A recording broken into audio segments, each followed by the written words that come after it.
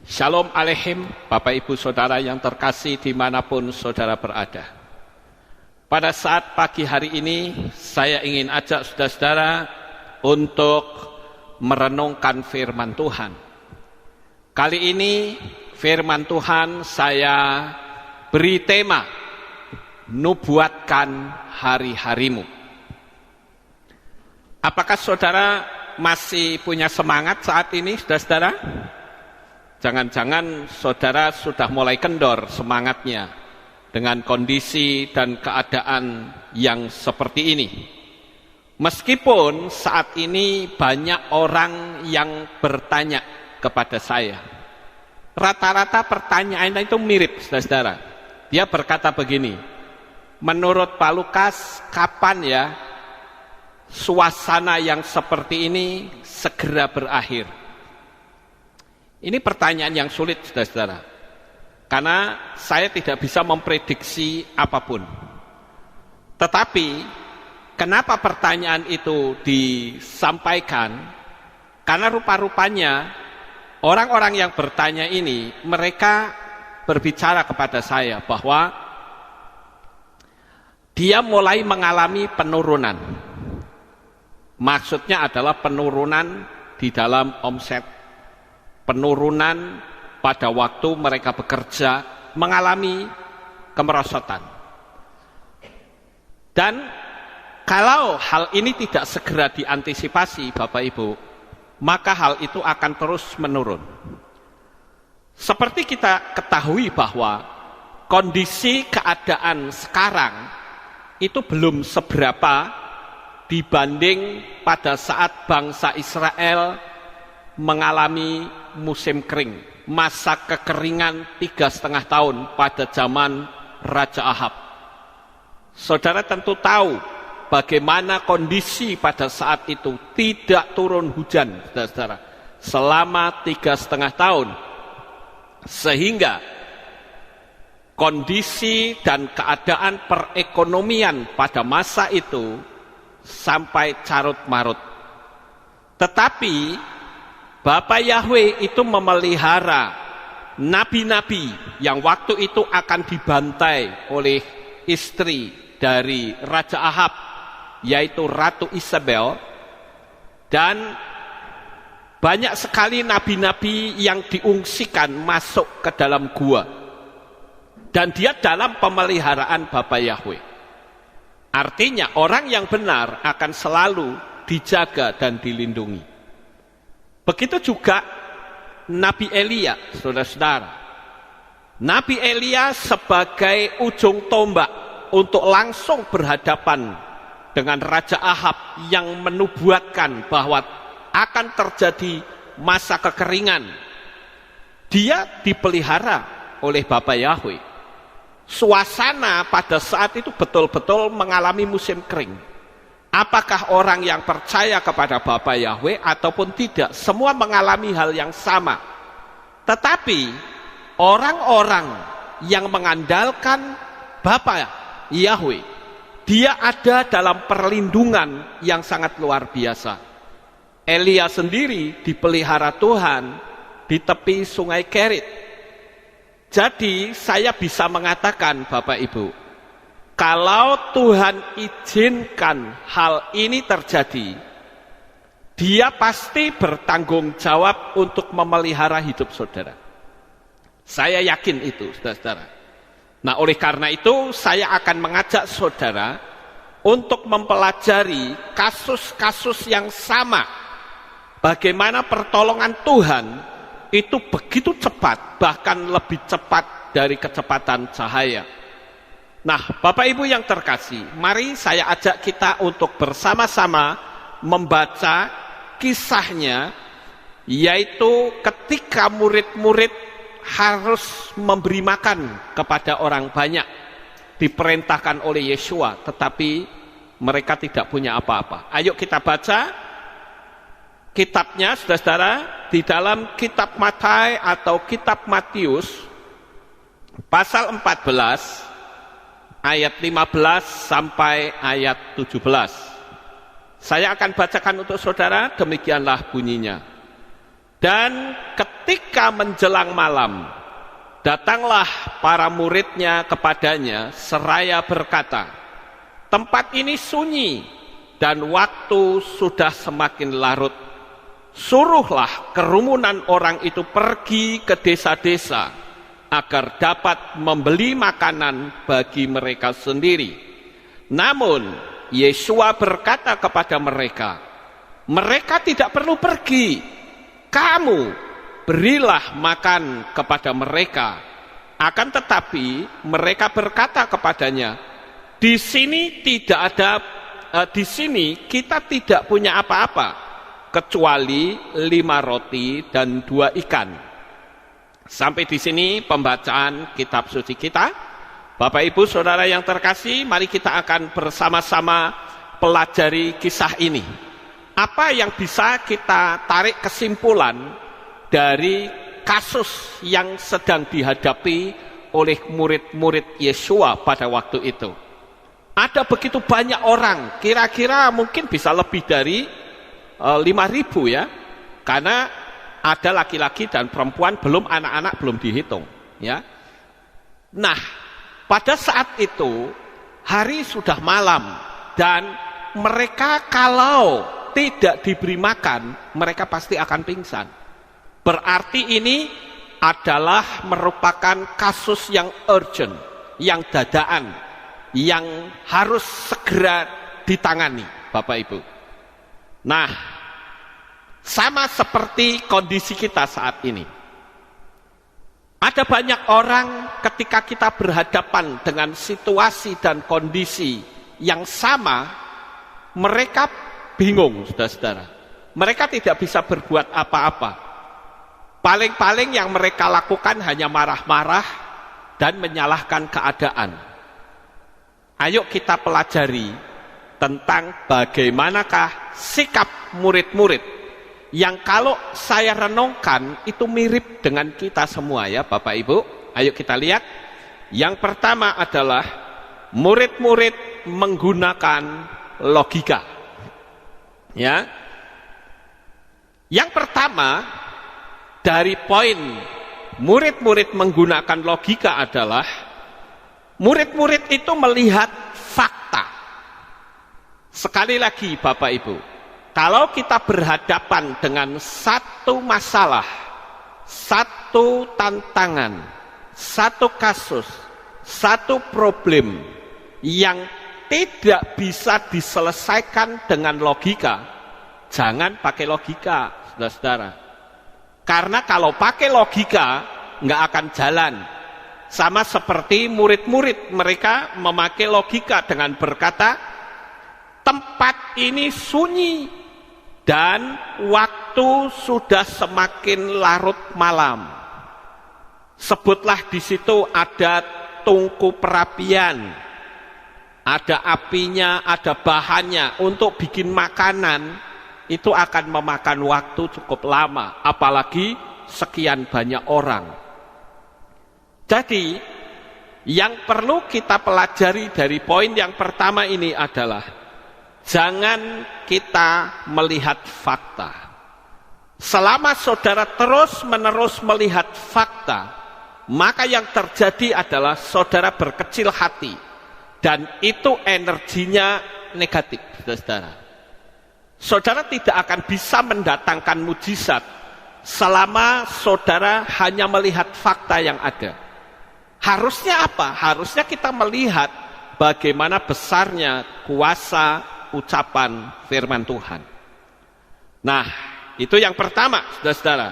Sekarang kita lihat yang kedua, di mana saya menggunakan poin murid-murid menggunakan logika. Memang ketika kita berhadapan dengan tantangan, ketika kita berhadapan dengan masalah, seringkali logika kita lebih cepat bekerja ketimbang iman kita. Saya ambil contoh saja. Kalau saudara sedang dalam keadaan kepepet, apa yang akan saudara lakukan? Kondisinya dadaan, yang ada di pikirannya adalah apa yang bisa aku jual, atau apa yang bisa aku gadaikan? Atau aku harus cari utangan ke siapa? Itu energinya negatif semua loh, saudara-saudara. Dan orang-orang yang selalu berpikir dengan gaya berpikir seperti ini, maaf kalau saya katakan, Anda akan terus dalam kemiskinan. Tetapi hari ini, saya ingin ajak saudara untuk mengambil satu sikap yang bisa mendatangkan mujizat. Kita ambil sikap yang bisa mendatangkan kekuatan kuasa, sehingga saudara tidak akan berkekurangan. Saya kok yakin Bapak Ibu, Tuhan yang kita sembah, Bapa Yahweh, itu adalah Tuhan yang Maha Kuasa. Dan Dia juga bisa memelihara hidup kita dengan caranya yang unik, yang tidak bisa kita jangkau oleh pikiran kita. Ini yang mesti kita tanamkan di dalam hati. Tapi kalau itu kemampuan Tuhan itu dimasukkan dalam logika kita, nggak akan jalan Bapak Ibu. Yang ada ya cari gampangnya saja. Seperti ngutang itu kan gampang. Gadaikan HP itu kan gampang. Kemudian apa? Ya mungkin bisa minta teman, itu juga cara gampang. Ya. Nah coba lihat, cari gampangnya saja. Murid-murid ngomong apa waktu itu? Dia bilang suruh kerumunan orang itu pergi dan ke desa beli makanan. Gampang bukan? Simple saudara-saudara. Tetapi itu bukan menyelesaikan masalah. Mereka bisa mati di jalan, pingsan di jalan. Karena mereka mengikut Yesua, kadang bisa sampai beberapa hari mereka mengikutinya. Jadi jelas di sini Bapak Ibu, bahwa murid-murid menggunakan pola dan cara yang salah. Kemudian kita lihat masih yang saya katakan menggunakan logika, yaitu fokus pada keterbatasan. Memang kita harus menyadari dan mengakui bahwa tiap-tiap manusia itu memiliki kekurangan masing-masing. Tiap-tiap manusia punya keterbatasan masing-masing. Tetapi Bapak Ibu, selama kita fokus pada kekurangan diri kita, saudara akan rugi. Selama saudara fokus pada ketidakmampuan saudara, maka ketidakmampuan itu akan menyergap saudara, akan menjadi raksasa yang akan menghimpit kehidupan saudara, sehingga saudara tidak memiliki kemampuan apapun juga. Jadi jangan fokus pada keterbatasan saudara. Apalagi orang yang katakanlah sekolahnya gagal, seringkali dia fokus menyesali diri. Saya katakan jangan pernah menyesal, saudara-saudara. Sekalipun mungkin cita-citamu untuk meraih titel gagal, saya katakan Tuhan bisa pakai cara yang lain untuk membuat engkau lebih berhasil dari orang-orang yang punya titel. Paham Bapak Ibu? Dia mampu loh. Dia maha kuasa. Oleh karena itu, jangan kita fokus. Lihat apa yang dikatakan oleh murid-murid. Dia katakan di sini kita tidak punya apa-apa kecuali 5 roti dan 2 ikan. Kalau dipikir secara logika memang masuk akal. Makanya ini masih saya kelompokkan di mana murid-murid menggunakan logika.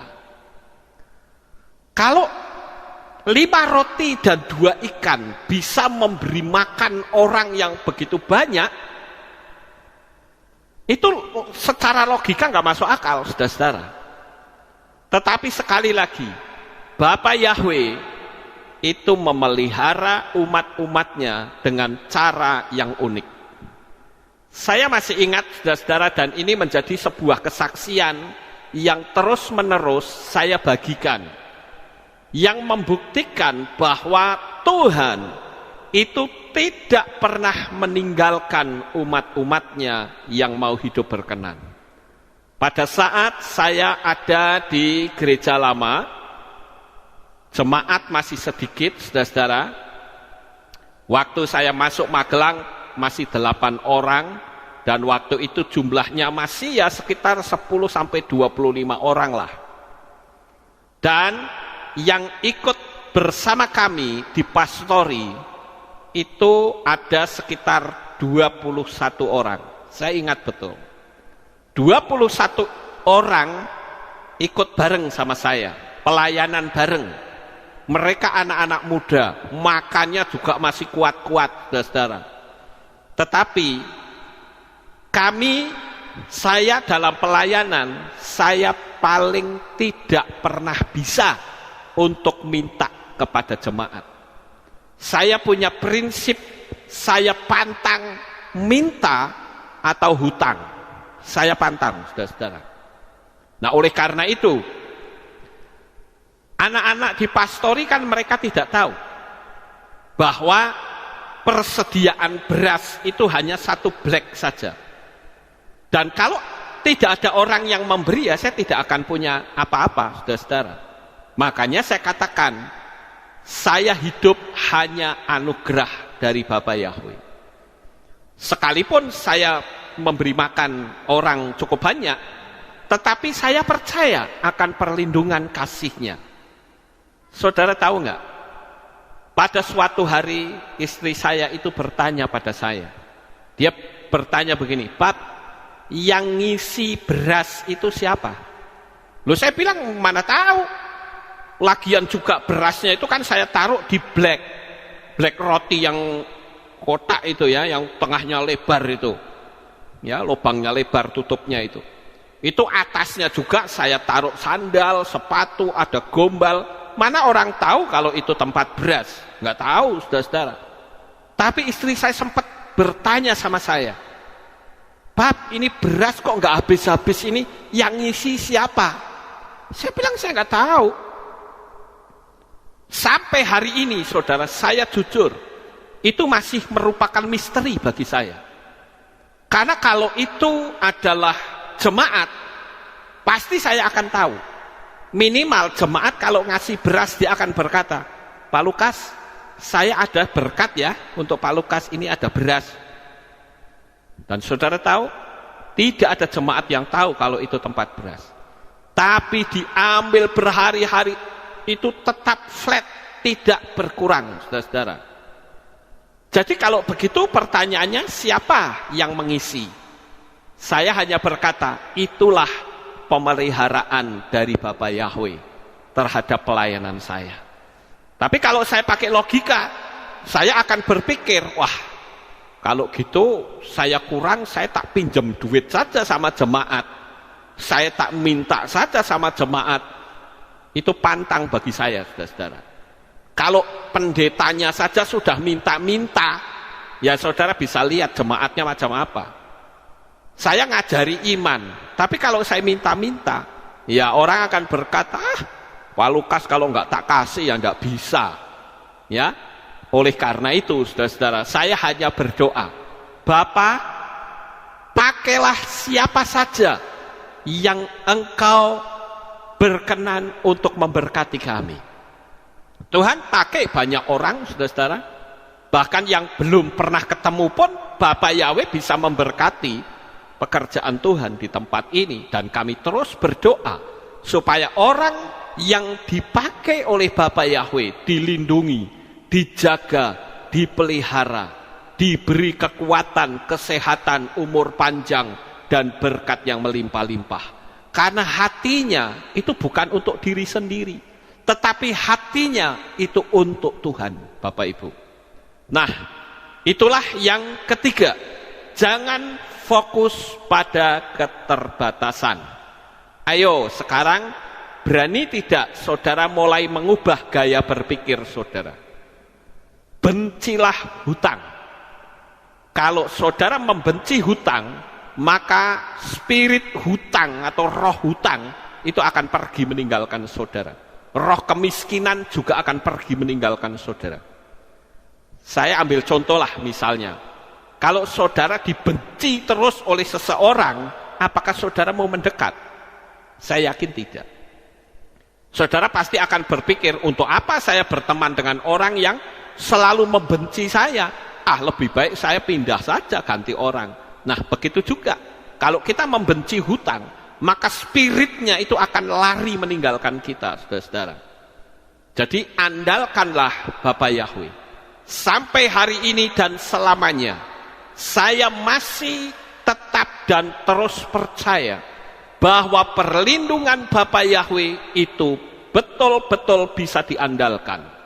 Yang penting pikiran kita tidak fokus pada keterbatasan kita, tetapi kita fokus pada kemahakuasaan dari Bapa Yahweh.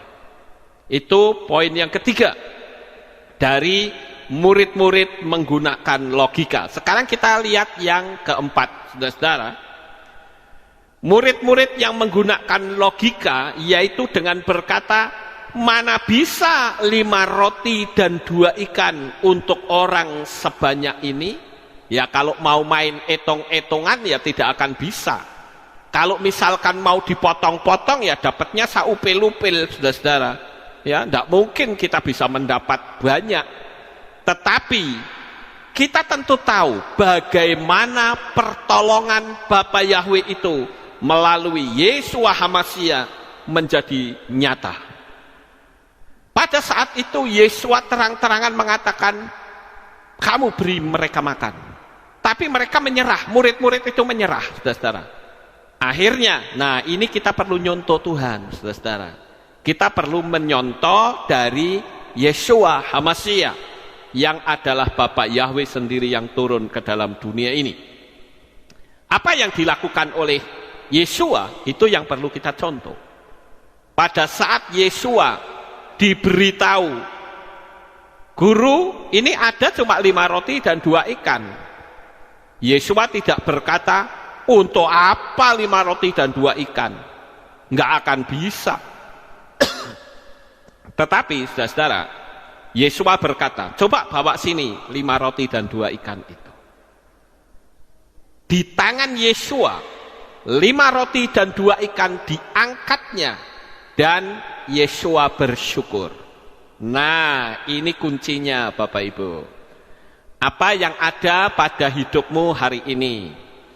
Apakah betul-betul saudara mengangkat itu kepada Tuhan? Ayo kita nyontoh gayanya Yeshua, saudara-saudara. Hari ini Tuhan, rumah kontrakan saya sudah hampir habis. Saya tidak punya uang lagi misalnya. Nah, itu kan kekurangan, saudara-saudara. Yang terjadi apa? Ya, kita harus bersyukur. Saya sudah pernah menyampaikan kepada Bapak Ibu Saudara semua. Kalau kita bersyukur, nggak usah pamer. Tuhan, aku tidak punya uang. Itu salah bersyukur kayak begitu, saudara-saudara.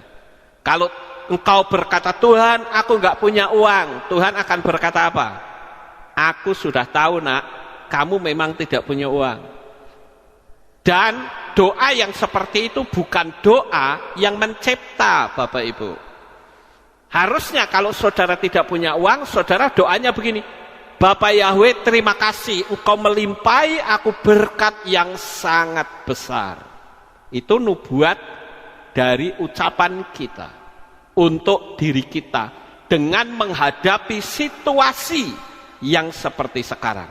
Sekali lagi saya katakan, Tuhan tidak pernah mengecewakan saudara. Enggak akan pernah. Sekali lagi, Tuhan tidak pernah mengecewakan saudara. Yang penting yang harus kita ketahui adalah, nubuatkanlah hal-hal yang besar pada saat kondisi keadaanmu berada di bawah. Yeshua tidak perlu marah-marah. Yeshua tidak perlu menyalah-nyalahkan murid, tetapi apa yang ada hanya 5 roti dan 2 ikan, dia ucapkan syukur, dia angkat tinggi-tinggi. Saudara yang terkasih, saat engkau dalam keadaan terpuruk atau dalam keadaan minus, ayo ucapkan kata-kata yang terbalik dari kondisi saudara. Itu baru nubuat yang benar, saudara-saudara. Saudara berdoa juga nggak perlu pamer. Tuhan, aku kekurangan. Engkau tahu nggak sih sebetulnya dengan kondisi aku saat ini? Nggak usah ngomong begitu. Itu menyinggung hati Tuhan, saudara-saudara. Karena firman Tuhan itu hanya memerintahkan kita untuk bersyukur dalam segala hal. Nah, kalau kita mengucap syukur, ya sudah, ucapkan syukur saja. Tapi, nah ini yang salah, yang perlu saya harus perbaiki bagi banyak orang yang berdoa, selalu dia pamerkan kekurangannya. Tuhan, Engkau tahu enggak keadaanku saat ini? Saudara yang terkasih, Yeshua itu adalah Bapa Yahweh sendiri yang turun ke dalam dunia dan menjadi manusia. Dia tahu betul perasaan manusia dalam kekurangan seperti apa. Dia tahu betul perasaan manusia ketika disakiti seperti apa. Dia tahu betul ketika manusia dalam keadaan lelah itu seperti apa. Dia tahu betul bagaimana sakitnya ketika dia dianiaya. Jadi jangan pernah saudara tanya, engkau tahu apa tidak sih Tuhan? Saya katakan, Tuhan itu lebih tahu dari apa yang engkau ketahui sendiri. Yang penting berdoa mengucap syukur, katakanlah hal-hal yang terbalik dari kondisi saudara. Saya katakan ini dalam nama Bapa Yahweh, dalam nama Adonai Yeshua HaMashiach, dan di dalam Roh Kudus. Nanti saudara akan mendapatkan pertolongan Tuhan yang di luar akal logika kita. Contohnya apa Pak Lukas? Saya nggak bisa ngasih tahu contohnya apa, karena tiap-tiap manusia itu punya pengalamannya masing-masing, dan itu tidak bisa dipikir secara logika. Yang penting saudara ikuti saja dan buktikan sendiri. Ucapkan syukur dalam kondisi yang terbalik dari kondisi yang saudara alami. Seperti Yeshua. Yeshua itu mengucap syukur pada saat dia menerima 5 roti dan 2 ikan dari murid-murid, saudara-saudara. Nah, sekarang kita akan lebih dalam lagi kita mempelajari. Pernah nggak saudara merenung, kenapa ya kok 5 roti dan 2 ikan? Kenapa? Apakah itu suatu kebetulan? Saya yakin tidak, Bapak Ibu.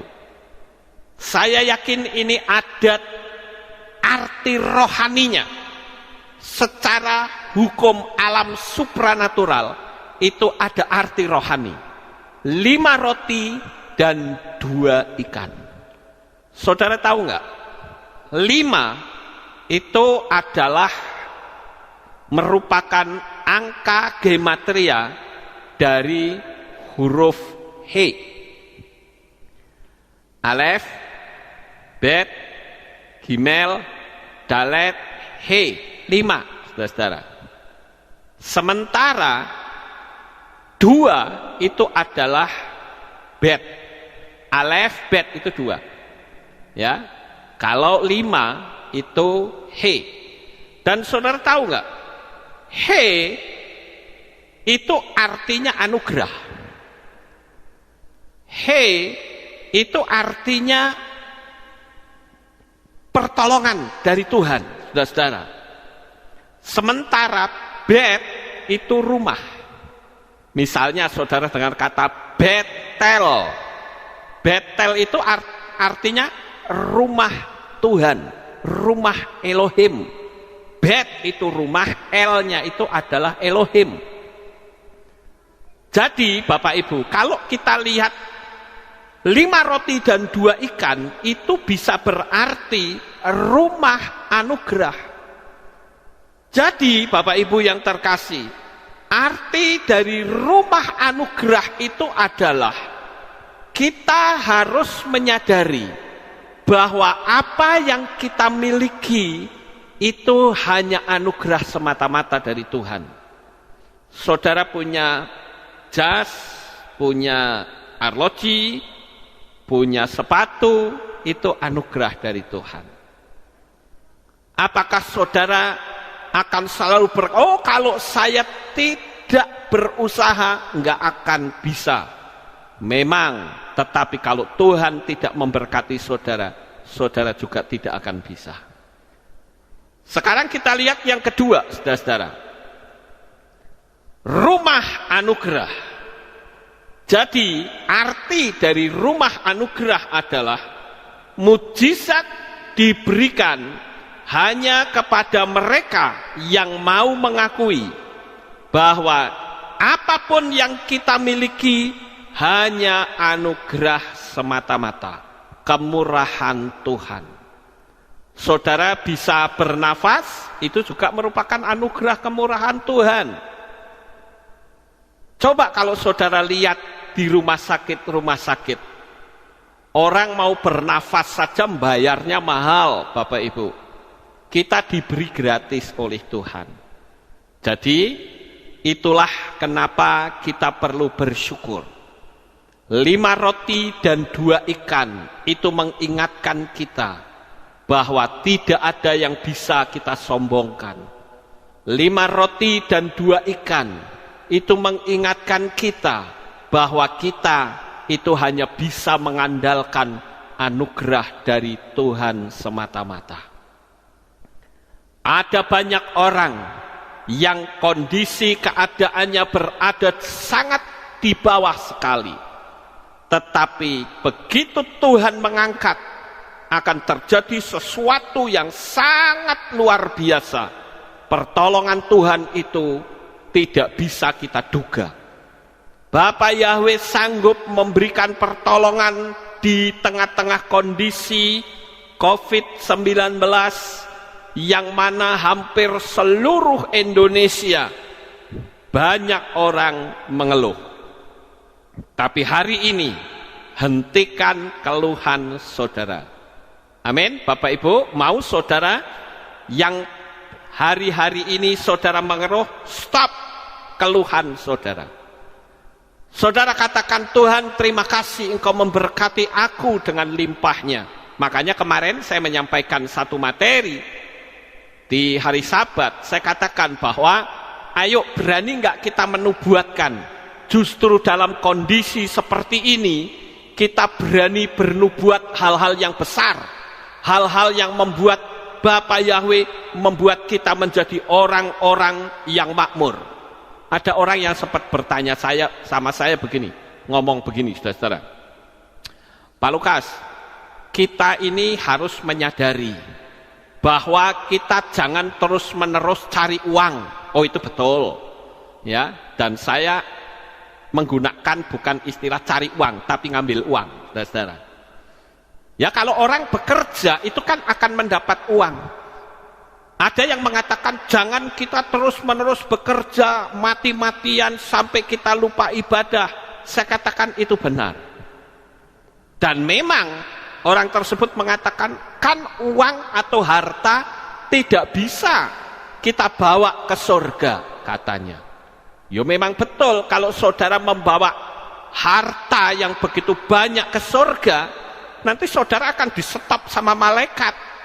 Malaikat akan berkata, kamu buang dulu itu sampah, jangan dibawa masuk ke sini.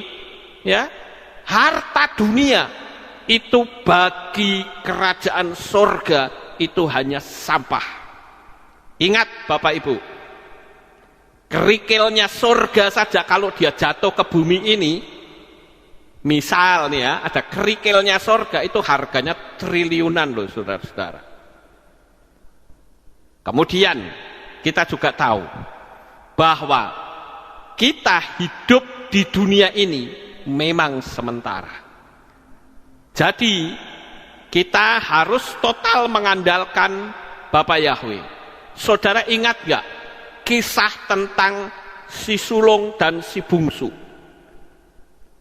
Si bungsu itu keluar, ya, berfoya-foya minta harta kekayaan dari bapaknya, walaupun bapaknya belum mati. Wah, selama uangnya banyak, wah, banyak orang-orang teman-teman yang mendekati dia. Mereka berfoya-foya, sahabatnya banyak. Tapi sebanyak uang yang dia miliki lama-lama habis, saudara. Habisnya uang, teman-temannya pun meninggalkannya. Akhirnya, apa yang terjadi? Si bungsu ini akhirnya dalam keadaan kepepet, dia bekerja sebagai seorang penggembala babi.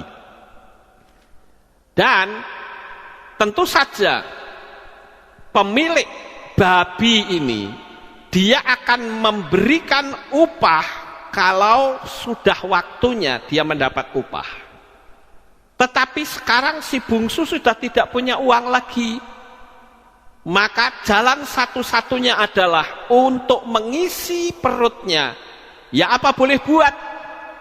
Dia makan ampas babi yang seharusnya dipakai untuk makanan babi, Bapak Ibu.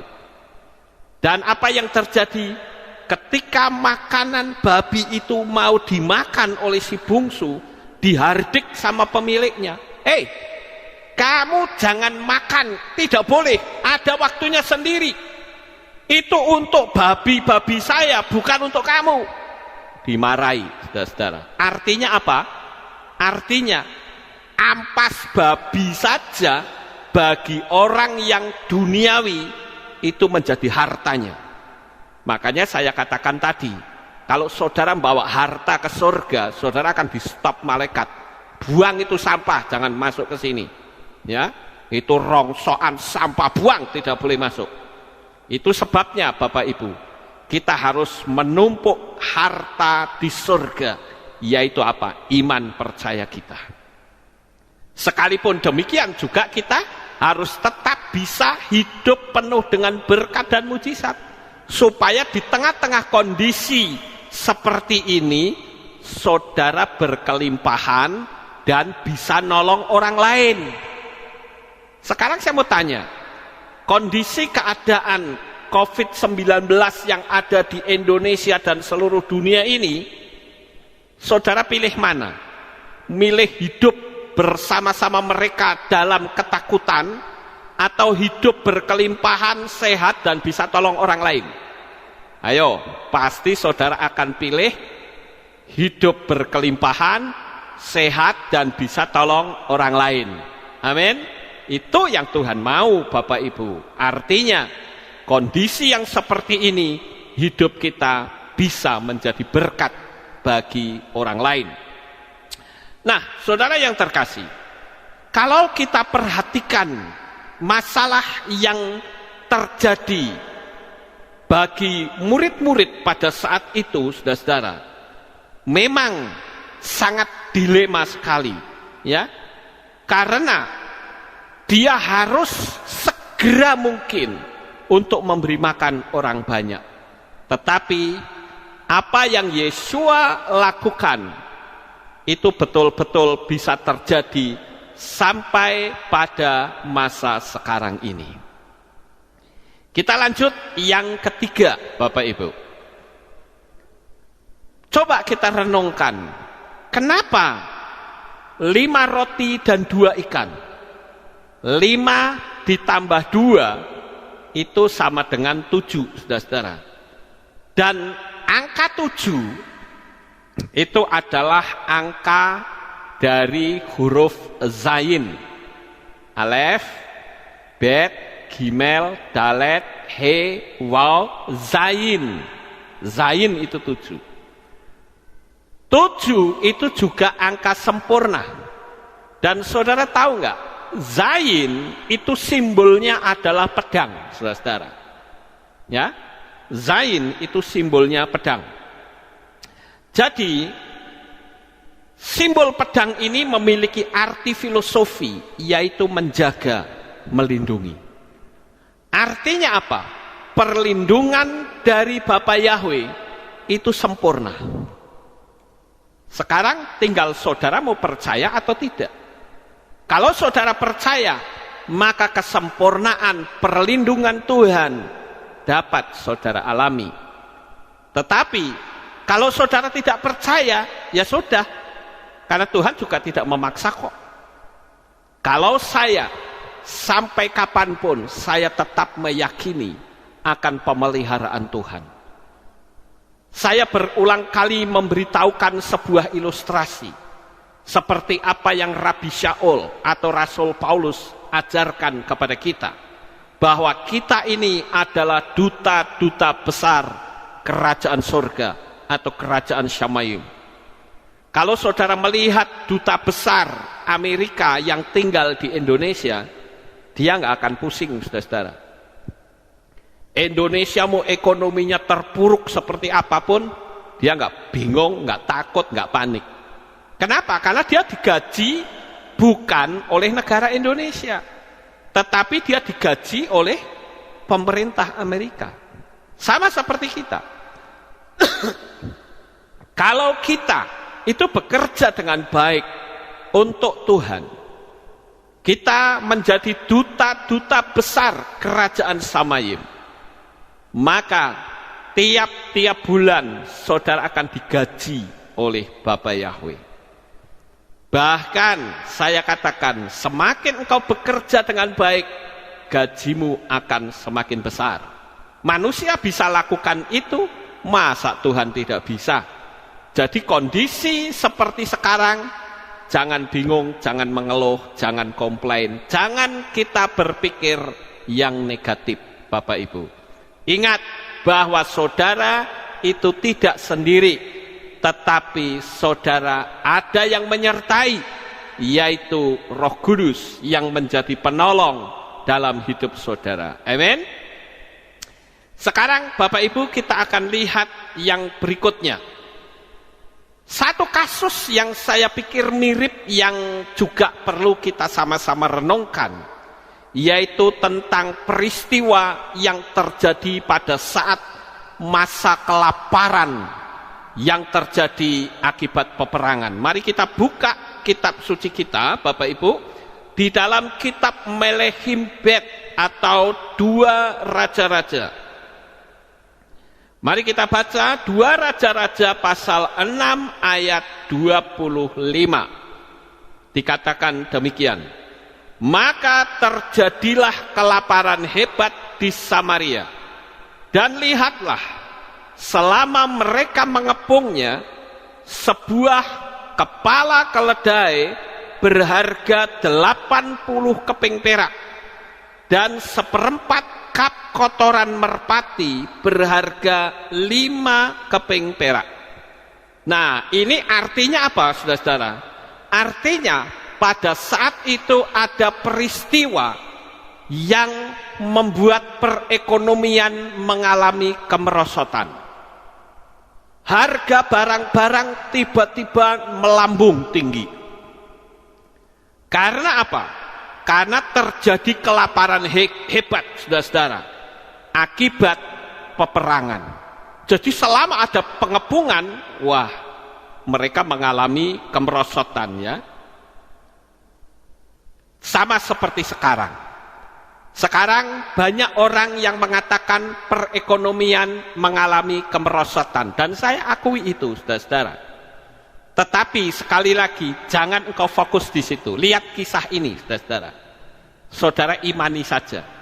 Kalau Tuhan bisa memulihkan keadaan pada zaman itu, saya yakin Tuhan yang sama, dia bisa memulihkan keadaan perekonomian saudara. Yakin saja, saudara-saudara. Yang dibutuhkan Tuhan itu hanya percaya, bukan pakai logika. Kalau pakai logika, mikirlah sampai tua, akan sulit, saudara-saudara. Tapi pakai iman, yakin betapa Tuhan, Bapa Yahweh yang Maha Kudus, yang Maha Mulia, yang Maha Dahsyat, itu sanggup untuk memberkati saudara semua. Saudara yang sakit juga, saudara bisa katakan, Yahweh Rafa, Yahweh penyembuhku. Saudara yang menghadapi kesulitan, katakan, Yahweh adalah El Shaddai. Yahweh itu adalah Tuhan yang luar biasa, yang memberkati, yang memberikan pertolongan, yang memberikan pembelaan atas hidup saudara. Dia maha kuasa, Yahweh semesta alam, Yahweh Sebaot.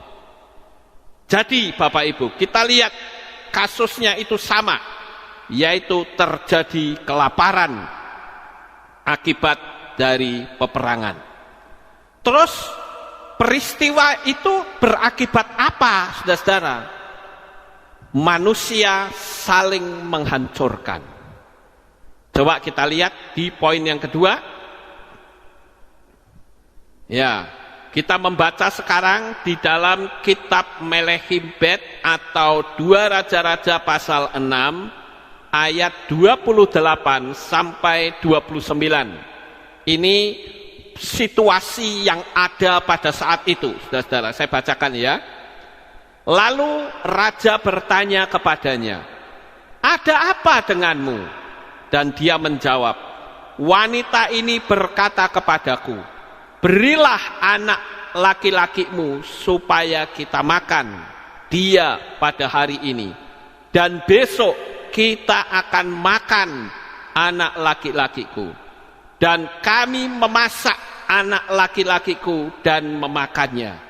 Tetapi ketika aku berkata kepadanya pada hari berikutnya, berilah anakmu supaya kita memakannya, tetapi dia menyembunyikan anaknya." Saudara yang terkasih, coba kita lihat situasinya sangat mengerikan.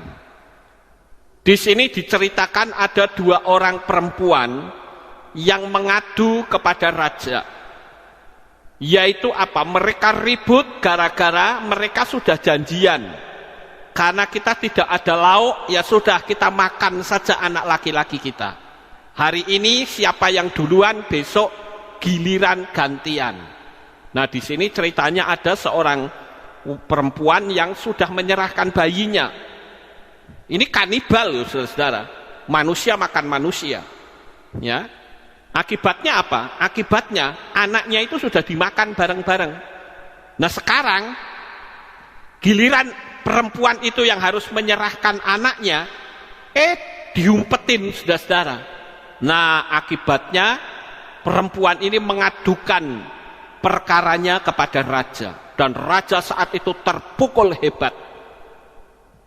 Manusia makan manusia.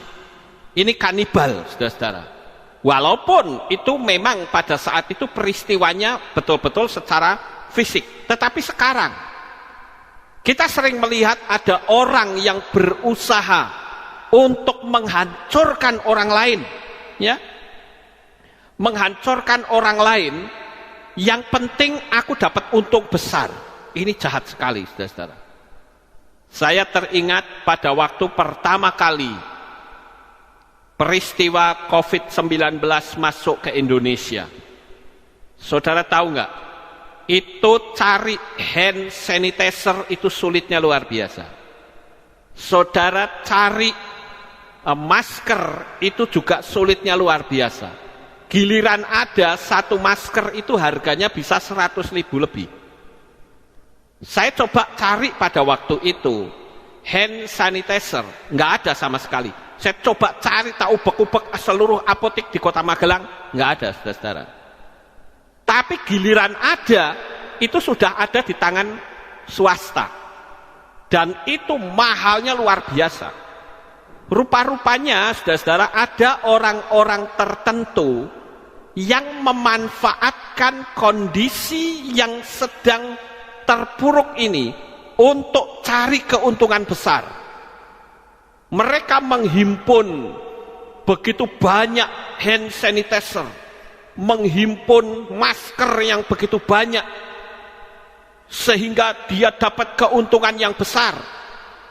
Tapi saya bersyukur, saudara-saudara, keadaan ini tidak berlangsung lama. Orang memiliki inisiatif bikin masker sendiri-sendiri, sehingga akibatnya orang yang menghimpun masker sampai miliaran rupiah sekarang terpuruk, saudara-saudara. Saya mendengar cerita dari anak saya, Michael. Dia menceritakan, "Papi tahu nggak orang-orang yang ngumpulin masker, hand sanitizer sampai dia keluarkan dana miliaran, sekarang dia mengalami kerugian yang luar biasa besar. Karena apa? Karena sekarang cari hand sanitizer di mana-mana ada, saudara-saudara. Cari masker juga ada. Kita bahkan membagi masker gratis beberapa waktu yang lalu. Kita bagi sembako juga kepada orang-orang. Supaya apa? Ini perwujudan kasih dari Kehilat Alef Tau Magelang. Kita bagi-bagi, dan saya bersyukur kita didampingi juga oleh Polresta Magelang.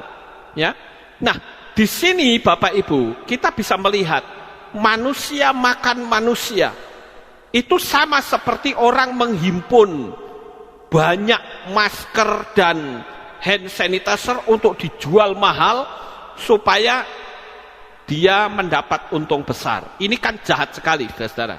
Seharusnya jangan seperti itu. Kondisi yang seperti ini harus kita pakai kesempatan untuk menolong orang lain.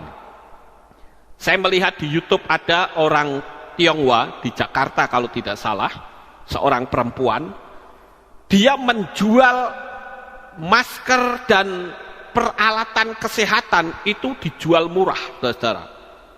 Kenapa? Karena dia peduli dengan negara Indonesia. Nah, itu yang harus kita lakukan. Dan saya katakan ini wanita ini hebat, saudara. Kenapa? Karena di sisi lain orang sedang menimbun harta sebanyak-banyaknya, malah dia menjual dengan harga murah. Ini kalau orang tidak berjiwa sosial, nggak bisa, saudara-saudara. Ya, sekarang kita lanjut yang ketiga, saudara-saudara. Yang ketiga, apa yang dilakukan oleh orang-orang pada waktu itu? Mereka pasrah, saudara-saudara. Juga sekarang, kalau saudara melihat kondisi dan keadaan seperti saat ini, pertanyaan saya, saudara akan melakukan apa? Apakah saudara mau pasrah begitu saja? Ya? Atau saudara berani menubuatkan hal-hal yang besar? Terserah, saya sudah memberitahu kepada saudara.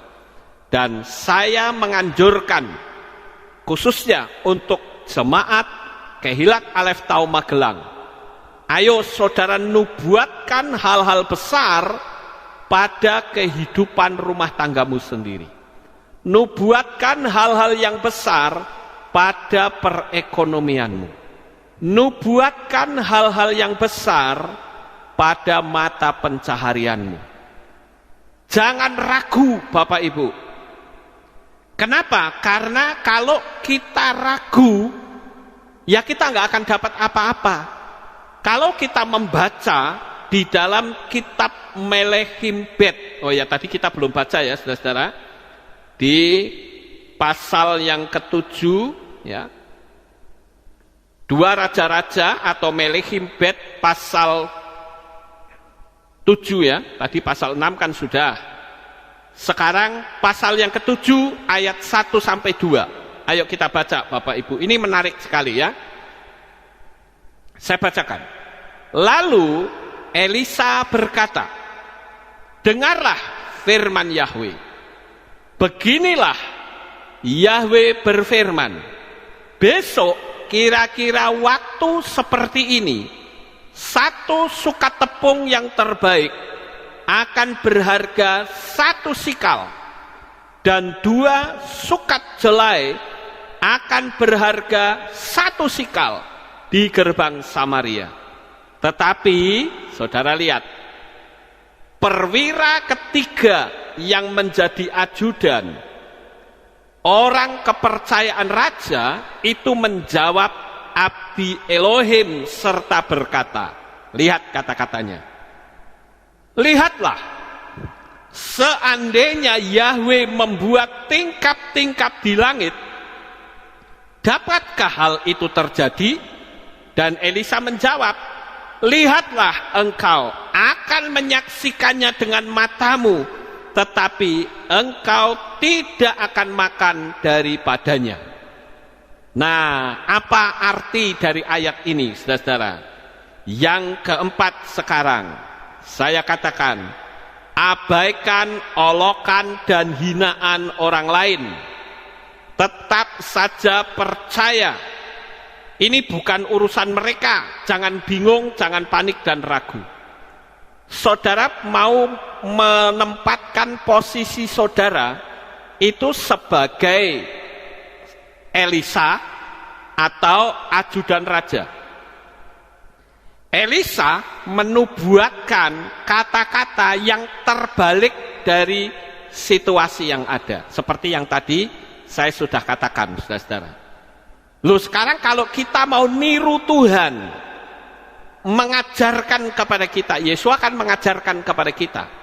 Kalau kamu percaya, maka kamu akan melakukan perkara-perkara yang aku lakukan, bahkan lebih besar dari apa yang aku lakukan.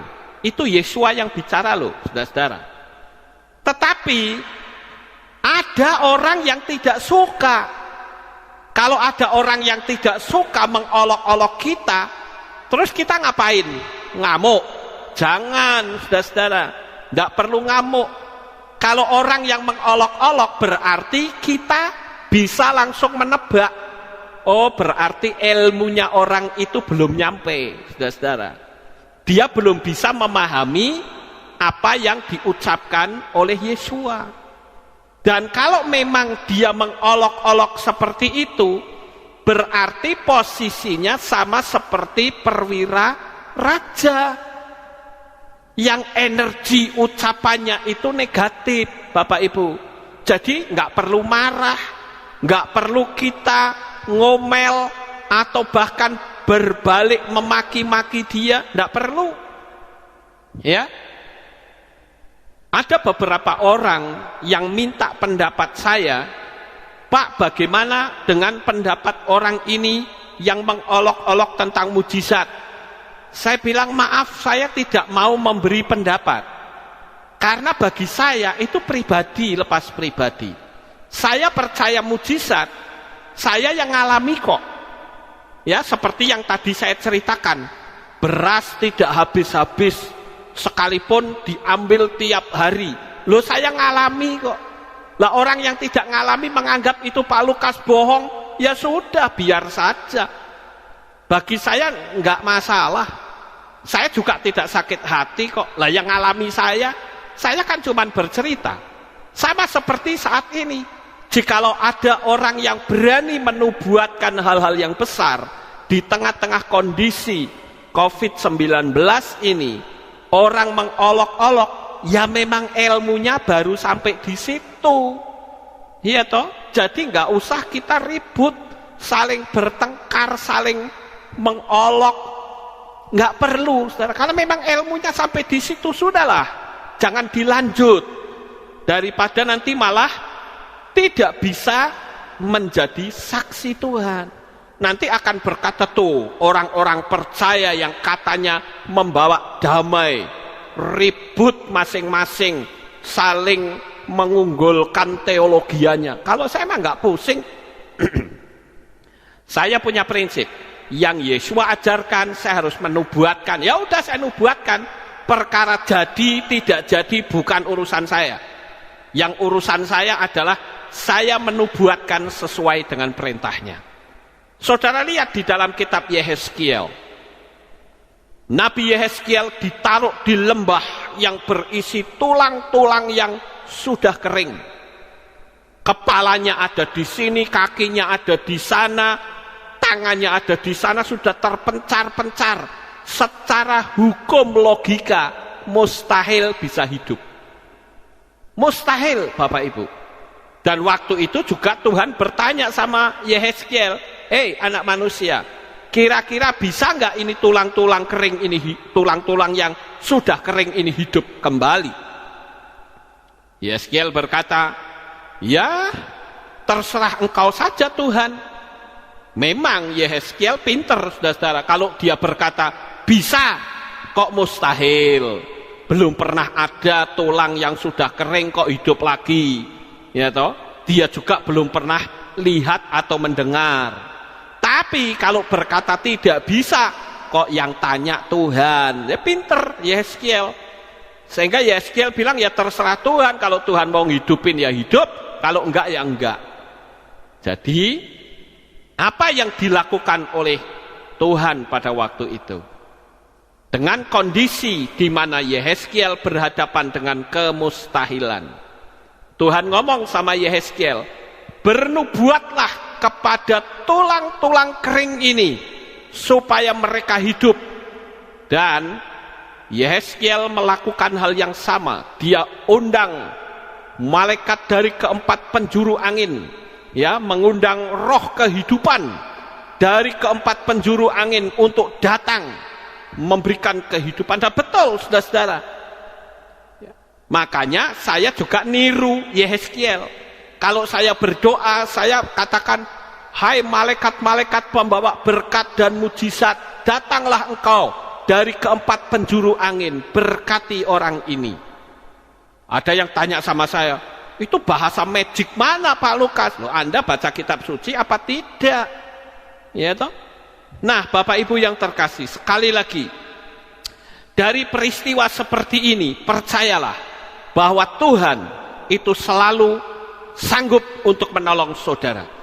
Jadi abaikan orang yang mengolok-olok. Kemarin secara iseng, ya saudara-saudara, saya itu duduk di depan televisi, dan kebetulan di televisi itu ada sinetron pagi hari, ya. Dan ceritanya sinetron itu ada seorang loper koran yang sudah kawin, sudah punya anak, tetapi hidupnya karena seorang loper koran jadi bahan olok-olokan. Sementara ibunya dari istrinya loper koran ini mau menjodohkan kepada orang lain yang lebih kaya. Dan apa yang terjadi, saudara-saudara? Ternyata si perempuan istri dari loper koran itu tidak mau. Sehingga suaminya itu diolok-olok, dihina terus. Apalagi pada waktu itu harus membayar hutang 100 juta. Buat bayar hutang, saudara-saudara. Tetapi si loper koran ini sekalipun dihina, dia tidak pernah membalas. Dia hanya menyerahkan semuanya itu kepada Tuhan. Dan apa yang terjadi? Ketika dia sedang menjalankan tugasnya membagi-bagi koran, pada waktu itu ada seseorang yang sedang duduk ngisi teka-teki silang, saudara-saudara. Dan pada waktu dia ngasih koran, rupa-rupanya orang yang sedang ngisi TTS ini dia masuk ke dalam dan secara cepat dia tulis semuanya, saudara-saudara. Diisi semua sampai TTS itu penuh. Dan waktu orangnya keluar, dia kaget, loh, kok TTS saya sekarang sudah penuh? Dia tanya, kamu ya yang nulis? Lalu si loper koran ini berkata, iya Pak, minta maaf Pak ya. Oh enggak apa-apa, saya malah senang. Kamu pengetahuanmu luas. Dan ini sesuatu yang luar biasa. Loper koran berkata, iya Pak, di tengah-tengah kondisi seperti ini, kalau saya sedang sepi, saya baca koran, itu menjadi pengetahuan saya. Terus, yang punya TTS ini, yang tadinya nulis, dia bilang gini, hey, kamu mau nggak ikut kuis di televisi? Hadiahnya 1 miliar loh. Mau nggak? Ah, aku kan hanya loper koran Pak. Tapi kamu pandai, ayo ikut. Dan apa yang terjadi, saudara-saudara? Orang ini memberikan kupon, gratis kok, ikut saja. Akhirnya dia ikut. Waktu ikut kuis, saudara, akhirnya singkat cerita, si loper koran ini mendapatkan hadiah 1 miliar. Nah, dari kisah ini, Bapak Ibu, saya bisa mengambil kesimpulan. Kalau manusia saja bisa bikin cerita rekayasa seperti ini, kira-kira Tuhan mampu apa tidak nolongin saudara dengan cara yang sangat dahsyat. Saya yakin bisa, Bapak Ibu. Loper koran ini hanya secara tidak sengaja dia ngisi TTS, bantu, nolongin, karena dia sedang pusing tidak bisa menjawab TTS-nya. Dia tolongin. Akhirnya dari peristiwa yang kecil itu, dia bisa mendapatkan sesuatu yang besar. Nah, ini artinya apa? Kalau manusia bisa bikin cerita seperti itu untuk nolong orang yang dalam keadaan terpuruk, saya kelewat yakin bahwa Bapa Yahweh sanggup membuat cerita-cerita indah dalam hidupmu, yang mana engkau dalam keadaan terpuruk Tuhan angkat dengan cara yang sangat luar biasa. Jadi jangan ragu, Bapak Ibu yang terkasih. Sekarang yang terpenting adalah nubuatkan saja hal-hal yang besar. Karena apa yang saudara nubuatkan itu sama saja saudara mencipta di alam supranatural yang nanti terjadi di dalam dunia fisik. Sekarang kita lihat yang berikutnya, Bapak Ibu, yaitu yang kelima. Setelah bernubuat, apa yang harus kita lakukan? Siapkan hatimu untuk menerima perubahan besar dalam perekonomianmu. Jadi sekali lagi saya tekankan, abaikan orang-orang yang mengolok-olok engkau. Kalau saya punya prinsip begini, Bapak Ibu, ketika saudara punya visi dan misi serta impian yang besar, tiba-tiba ada orang yang mengolok-olok saudara, itu artinya visi dan misi saudara yang besar itu sudah ditangkap oleh alam supranatural. Sekali lagi, kalau saudara punya visi dan misi yang besar dan sudah menubuatkannya, sudah menyampaikannya, tetapi saudara diolok-olok oleh orang, berarti apa yang engkau ucapkan sudah ditangkap oleh alam supranatural dan akan ditindaklanjuti dalam dunia fisik. Tetapi celakalah engkau bagi engkau yang dipakai setan untuk menjadi pengolok-olok orang yang punya visi yang besar.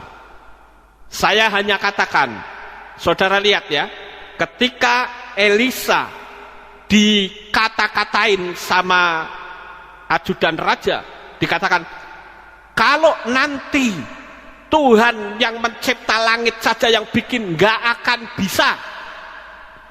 Apa yang Elisa katakan? Elisa diam? Tidak, saudara-saudara.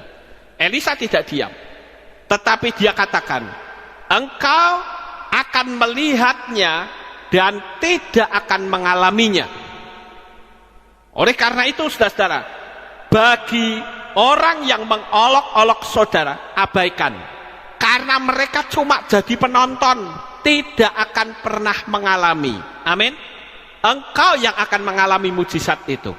Sekali lagi, engkau yang akan mengalami mujizat itu. Jangan berkecil hati. Tuhan kita, Bapa Yahweh itu maha dahsyat. Dia siap memberkati saudara dengan caranya sendiri yang unik, yang tidak pernah bisa dijangkau oleh daya pikir manusia secerdas apapun. Oleh karena itu, tetaplah berpegang teguh, ucapkan nubuat-nubuat besar untuk hidup saudara hari lepas hari. Sukses besar untuk saudara. Bapa Yahweh memberkati. Haleluya. Sekarang